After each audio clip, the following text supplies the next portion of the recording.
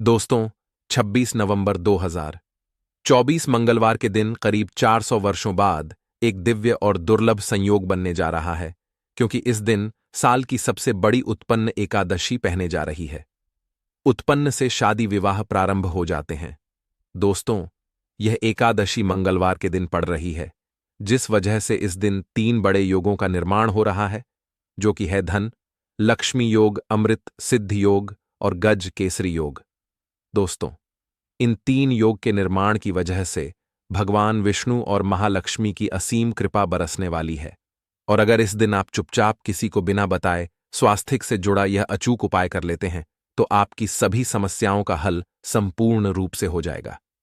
दोस्तों, एक साल में करीब 24 एकादशी पड़ती है और 26 नवंबर 2024 मंगलवार को देव उठनी एकादशी सभी एकादशी में से सबसे बड़ी मानी जाती है। इस दिन स्वास्थ्य से जुड़ा यह अचूक उपाय आपकी हर परेशानी को कर देगा, चाहे वह धन को लेकर हो या सेहत या संतान की प्राप्ति को लेकर। इसीलिए दोस्तों, वीडियो को आखिर तक जरूर देखें। और दोस्तों, अगर आप भी अपने जीवन में भगवान श्री हरि विष्णु की कृपा पाना चाहते हैं, तो इस वीडियो को लाइक करके कमेंट में जय श्री हरि जय मां लक्ष्मी लिखना ना भूले। दोस्तों, उत्पन्न एकादशी का दिन श्री हरि विष्णु को और भोलेनाथ को समर्पित है। इस दिन जगत के पालनहार श्री हरि विष्णु अपनी 4 महीने की योग्य निद्रा से जागते हैं। इसके बाद से ही सभी मांगलिक काम आरंभ हो जाते हैं। इसके अलावा एकादशी भगवान विष्णु को प्रसन्न करने के लिए भी बेहद उत्तम मानी जाती है। इस दिन भगवान विष्णु को प्रसन्न करने के लिए कुछ लोग व्रत रखते हैं और पूजा करते हैं। इस दिन सच्ची श्रद्धा और भक्तिभाव से भगवान विष्णु की पूजा करने से सभी मनोकाम पूर्ण होती है। दोस्तों, स्वास्थ्य अत्यंत प्राचीन का भारतीय संस्कृति में कल्याण का चिन्ह समझा जाता रहा है। इसीलिए कि किसी भी शुभ काम को करने से पहले स्वास्थ्य चिन्ह अंकित करके उसका पूजन किया जाता है। मान्यता है कि ऐसा करने से कामों में सफलता मिलती है, क्योंकि स्वास्थ्य के चिन्ह को शुभता का चिन्ह समझा जाता है। इस तरह स्वास्थ्य का अर्थ अच्छा या मंगल करने वाला ऐसा बताया गया है। मेन वर्णित है स्वस्थिक सर्वदा रुद्र, अर्थात सभी दिशाओं में सबका कल्याण हो। इस तरह स्वास्थ्य एक शब्द से किसी व्यक्ति या जाति विशेष का नहीं, परंतु संपूर्ण विश्व के कल्याण या वासुदेव की भावना निहित है। किसी भी शुभ काम को करने से पहले गणेश जी का नाम लेते हैं, और हिंदू धर्म में स्वास्थ्य को गणेश जी का भी प्रतीक समझा जाता है। वैसे तो किसी भी शुभ काम को पहले स्वास्थ्य बनाकर ही थाली में रखते हैं और पूजा करते हैं, क्योंकि ऐसा करने से में खुशियां बढ़ती हैं। स्वास्थ्य में 4 तरह की रेखाएं होती हैं और इनका आकार भी एक समान ही होता है। रावेद की भाषा में स्वास्थ्य को सूर्य का प्रतीक समझा गया है और उसकी 4 भुजाओं को उपमा दी गई है। पौराणिक मान्यता है कि 4 दिशाओं यानी पूर्व, पश्चिम, उत्तर, दक्षिण की ओर यह 4 भुजाएं इशारा करती हैं, और हिंदू धर्म में इनको 4 वेदों से जोड़कर भी खा जाता है, यानी ऋग्वेद, यजुर्वेद, अथर्ववेद और सामवेद। स्वास्थ्य की 4 रेखा सृष्टि से रचनाकार भगवान ब्रह्मा के 4 सिरों को दर्शाती हैं, और 4 पुरुषार्थ यानी 4 आश्रम, 4 लोग, 4 देवों यानी ब्रह्मा, विष्णु, महेश और गणेश की तुलना भी की गई है। इसके मध्य में जो बिंदु है भगवान विष्णु की नाभि मानी जाती है, जिसमें से भगवान ब्रह्मा प्रकट होते हैं। और स्वास्थ्य की 4 रेखाएं एक घड़ी की में चलती हैं, जो संसार की सही में चलने का चिन्ह है। यह है स्वास्थ्य महत्ता। इस एकादशी दिन घर के मुख्य द्वार पर शुभ मंगल चिन्ह स्वास्थ्य स्वरूप बनाएं। आप चावल और कुमकुम की सहायता से बना सकते हैं, चावल और हल्दी के घोल से बना सकते हैं, या फिर कुमकुम यानी सिंदूर और घी, सिंदूर और तेल मिलाकर के भी बना सकते हैं। ऐसा करने से वास्तु दोष दूर हो जाता है। इससे मनोकामना हो की पूर्ति हो जाती, घर से क्लेश, कलह, बेचैनी दूर हो जाती है। तंत्र मंत्र क्रिया से भी रक्षा होती है। इसे शुभ काम के पहले अंकित किया जाता है, क्योंकि स्वास्थ्य को मान, सम्मान, सफलता और उन्नति का प्रतीक समझा जाता है।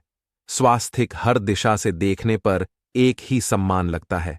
आपने उल्टा स्वास्थ्य की देखा होगा, परंतु उल्टा स्वास्थ्य के उपाय अलग होते हैं और सीधे स्वास्थ्य के उपाय अलग होते हैं। अगर जीवन बहुत परेशानी हो तो एकादशी के दिन तांबे या चांदी का स्वास्थिक प्राण प्रति करवाकर घर की चौखट पर लगवा दो। बाजार से अलग अलग साइज के मिल जाते हैं। उसे लाकर पूजा घर में रखकर पूजा करें। इससे घर में लक्ष्मी का वास हो जाता है। लक्ष्मी प्राप्ति हेतु चांदी का स्वास्थिक नवरात्रों में भी लगाया जाता है, परंतु सबसे अच्छा है कि सिंदूर और घी या तेल मिलाकर के यह या फिर चावल और हल्दी के घोल से बना दे के मुख्य द्वार पर स्वास्थिक बनाते हैं तो ज्यादा बड़ा मत बनाइए। 9 अंगुल से बड़ा बिल्कुल नहीं होना चाहिए। 3-4 अंगुल का बना यह उत्तम होगा। अगर आपके घर के सामने पेड़ या खंभा है तो वास्तु दोष उत्पन्न होता। ऐसे में वास्तु दोष के प्रभाव को स्वास्थिक रोकता है। स्वास्थिक का चिन्ह देवता को प्रसन्न करने के लिए खासकर बनाया जाता है। एकादशी तिथि पर आप थाली में या चौकी पर स्वास्थिक बनाकर उस पर मूर्ति करते हैं तो देवता प्रसन्न हो जाते हैं। आप चाहे तो घर के मंदिर में इष्ट देवता के पास स्वास्थ्य का चिन्ह रख सकते हैं। तो दोस्तों, स्वास्थिक के कौन कौन से उपाय घर में लाते हैं, धन प्राप्ति कराते हैं, जानते हैं इस वीडियो में। परंतु दोस्तों, उससे पहले आपसे रिक्वेस्ट करते कि वीडियो को लाइक जरूर करिएगा, दोस्तों को शेयर कर दीजिएगा, और अगर अभी तक आपने चैनल को सब्सक्राइब नहीं किया है तो चैनल को सब्सक्राइब करके बेल जरूर दबाइए। दोस्तों, इस एकादशी पर मुख्य द्वार की दहलीज के दोनों तरफ स्वास्थिक का चिन्ह बनाकर उसकी पूजा करें। स्वास्थिक पर चावल की ढेरी बनाएं और एक एक सुपारी रख दें। तो ऐसा करने से अपार धन की प्राप्ति होती है, कामों में सफलता मिलती है। इस एकादशी के दिन नहाने के पानी में तुलसी का पत्ता या बेलपत्र डालकर नहाई। यह स्नान के जल में जब आप बेलपत्र डाल देते हैं तो सभी तीर्थ स्थानों में स्नान करने समान पुण्य फल आपको हासिल हो जाते हैं। आप चाहे तो मेकुशा घास भी डालकर नहा सकते हैं। एकादशी पर भगवान श्री हरि विष्णु जी के साथ ही माहौल लक्ष्मी और भगवान शिवा की पूजा करें। इस दिन इनके संयुक्त पूजन से आपके जीवन की सारी परेशानियां समाप्त हो जाती हैं। इस दिन आप अपने घर के पूजा स्थान पर एक में कुमकुम से स्वास्थिक बना लें। स्वास्थिक के ऊपर थोड़े से अक्षत और एक सुपारी रख दें। इसे 21 दिन तक वही रहने दें। बाद में सुपारी को उठाकर की मूर्ति के पास रख दें।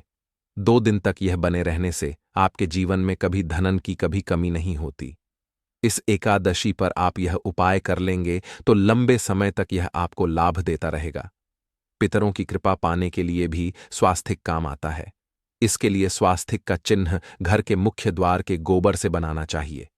इससे घर की सुख शांति बनी रहती है, पितरों की कृपा बरसती है। दोस्तों, कहा जाता है कि एकादश के दिन पीपल की जड़ में अगर 1 लोटे जल में 1 छुटकी काले तिल और थोड़ी सी शक्कर डाल जल अर्पित करें तो इससे पितृदेव की विशेष कृपा मिलती है और धन लक्ष्मी भी प्रसन्न हो जाती है। धन दौलत सुख समृद्धि यश मान सम्मान में वृद्धि होती चली जाती है। अगर आपकी कोई विशेष मनोकामना है, उस मनोकामना की पूर्ति के लिए आप एक विशेष उपाय कर सकते हैं। दोस्तों, कई बार लंबे समय तक हम किसी मनोकामना को लेकर चलते हैं, अनेक प्रयासों बाद भी पूर्ण नहीं हो पाती। ऐसे में एकादशी के दिन आप आसपास के किसी भी मंदिर में जाकर मंदिर की दीवार पर सिंदूर से उल्टा स्वास्थिक बना दें। मनोकामना पूर्ति की प्रार्थना भगवान से करें, जरूर पूर्ण हो जाएगी। और जब आपकी मन्नत पूरी हो जाए तब जाकर वहीं पर सीधा स्वास्थिक बना दें और भगवान को धन्यवाद दें। इस एकादशी पर भगवान श्री हरि की पूजा करेंगे तो उन्हें 2 हल्दी की गांठें जरूर अर्पित की और बाद में हल्दी की गांठ को पीले कपड़े में लपेटकर तिजोरी में रख दें। आपने पहले भी हल्दी की गांठें रखी हो है तो उसको ही पूजक वापस रख दे। दोस्तों, एकादशी पर विष्णु जी की पूजा में उन्हें केसर कमल का पुष्प के लिए गेंदे का फूल अर्पित करें। जिस थाल को आप गन्ने से बजाएंगे उस थाल में भी सिंदूर से एक स्वास्थिक का चिन्ह जरूर बना लें। उस स्वास्थिक के दोनों तरफ 2 खड़ी रेखाएं भी बनाएं। फिर उस थाली को हुए प्रभु को जगाए मंगलाचार कीजिए। यह स्वास्थिक का चिन्ह आपके जीवन की सारी परेशानी को दूर करेगा। जीवन में खुशी। इस एकादशी के दिन विशेष मंत्र का जाप जरूर करें। आप मंत्र का जाप कर सकते हैं या फिर विष्णु जी के महामंत्र ओम नमो भगवते वासुदेवाय का, इसमें से किसी भी एक मंत्र का जाप कर सकते हैं। जो भी मंत्र आसान लगे उसका जाप कर ले। इस एकादशी के दिन अपनी मनोकामना की पूर्ति के लिए यह उपाय कर सकते हैं। आप तुलसी में जब जल अर्पित करेंगे तब एक लोटे में जल लेकर उसमें छुटकी हल्दी, 2-4 बूंदे दूध, थोड़ी सी मिश्री और एक छुटकी अक्षर डालकर ही अर्पित करें। और शाम के समय तुलसी के समक्ष घी का दीपक जलाए। इस दीपक में एक सिक्का रख दें और बाद में इस सिक्के को उठाकर संभाल के रखें। तुलसी को विष्णु प्रिय भी कहते हैं, इसलिए देवता जब जागते हैं तो सबसे पहले प्रार्थना तुलसी की सुनते हैं। वैसे यह सिक्का रोज के दीपक में भी आप डालकर दीपक जला सकते हैं। ऐसा करने से एसएस का सिद्ध हो जाएगा। फिर जब भी महत्वपूर्ण काम से आप घर से बाहर हैं तो इसके को साथ में रखकर निकले। आपको काम में सिद्ध जरूर हासिल मिलेगी। इस दिन दीपक का उपाय जरूर ही करें। एक दीपक घर के मुख्य द्वार पर अंदर की तरफ से या फिर पास के किसी मंदिर में, एक दीपक तुलसी के नीचे, एक दीपक अपने घर के पूजा स्थान पर इस दिन जरूर जलाए। पूजा के बाद आरती जरूर करें। आरती की थाल में कुमकुम से स्वास्तिक बनाकर उस पर फूलों की पंखुड़ी और थो अक्षत रखकर फिर दीपक जलाकर प्रभु की आरती करें। सर्वोत्तम होगा। परंतु याद रखें कि भगवान श्री हरि विष्णु को अक्षत अर्पित नहीं किए जाते, मां लक्ष्मी को अर्पित किए जाते हैं। अगर विष्णु जी को अर्पित करना चाहते हैं तो हल्दी से रंगा कर रर ही पी ले, अक्षत अर्पित करें। तो दोस्तों, विधि विधान से इस दिन पूजा आराधना करें, स्वास्तिक के उपाय जरूर करें और विष्णु जी के साथ ही शिवाजी और माता लक्ष्मी की असीम कृपा पा को बनाएं। दोस्तों, भगवान विष्णु की कृपा के लिए इस एकादशी के दिन स्नान करते समय पानी में एक छुटकी हल्दी डाल लें। इसके बाद स्नान करें और पीले रंग के वस्त्र धारण करके भगवान विष्णु की विधि विधान से साधना करें। इस एकादशी के दिन श्री हरि का सबसे पहले गाय के दूध से और फिर शंख में गंगा जल भरकर स्नान कराए। इसके बाद उन्हें पीले रंग के वस्त्र अर्पित कर कर मानता कि इस एकादशी के दिन ऐसा करने से भगवान विष्णु का विशेष आशीर्वाद हासिल होता है। इस एकादशी के दिन भगवान विष्णु की पूजा करते समय उन्हें केसर अथवा पीले चंदन या हल्दी का तिलक लगाए। साथ ही साथ भगवान विष्णु के प्रिय पीले रंग के फूल और पीले फल चढ़ाए। मान्यता है कि इस उपाय को करने से भगवान विष्णु शीघ्र ही प्रसन्न होकर भक्तों को मनचाहा आशीर्वाद देते हैं। आपके नजदीक भगवान विष्णु का ममर ना हो तो आप भगवान विष्णु के अवतार भगवान श्री कृष्ण की मूर्ति की भी पूजा करके इस एकादशी का पुण्य फल हासिल करें। ईश्वर की साधना आराधना में मंत्र जप का भी विशेष महत्व होता है। ऐसे में राम दरबार की तस्वीर अपने घर में लेकर आए और श्री राम दरबार की तस्वीर का पूजन करें, या उनकी मूर्ति या उनसे जुड़ी किसी तरह की कोई चीज आपके पास है तो आप उनका का पूजन करें। सारे देवी देवताओं का आपको आशीर्वाद मिल जाता है। हनुमान जी से लेकर सीता माता, भगवान श्री राम और अन्य देवी देवताओं का भी आशीर्वाद मिल जाता है। निश्चित तौर पर अपने घर के पूजा घर में एक साथ आप यह तस्वीर रख सकते हैं। इससे आपके जीवन में राज्य योग की हासिल हो सकती है।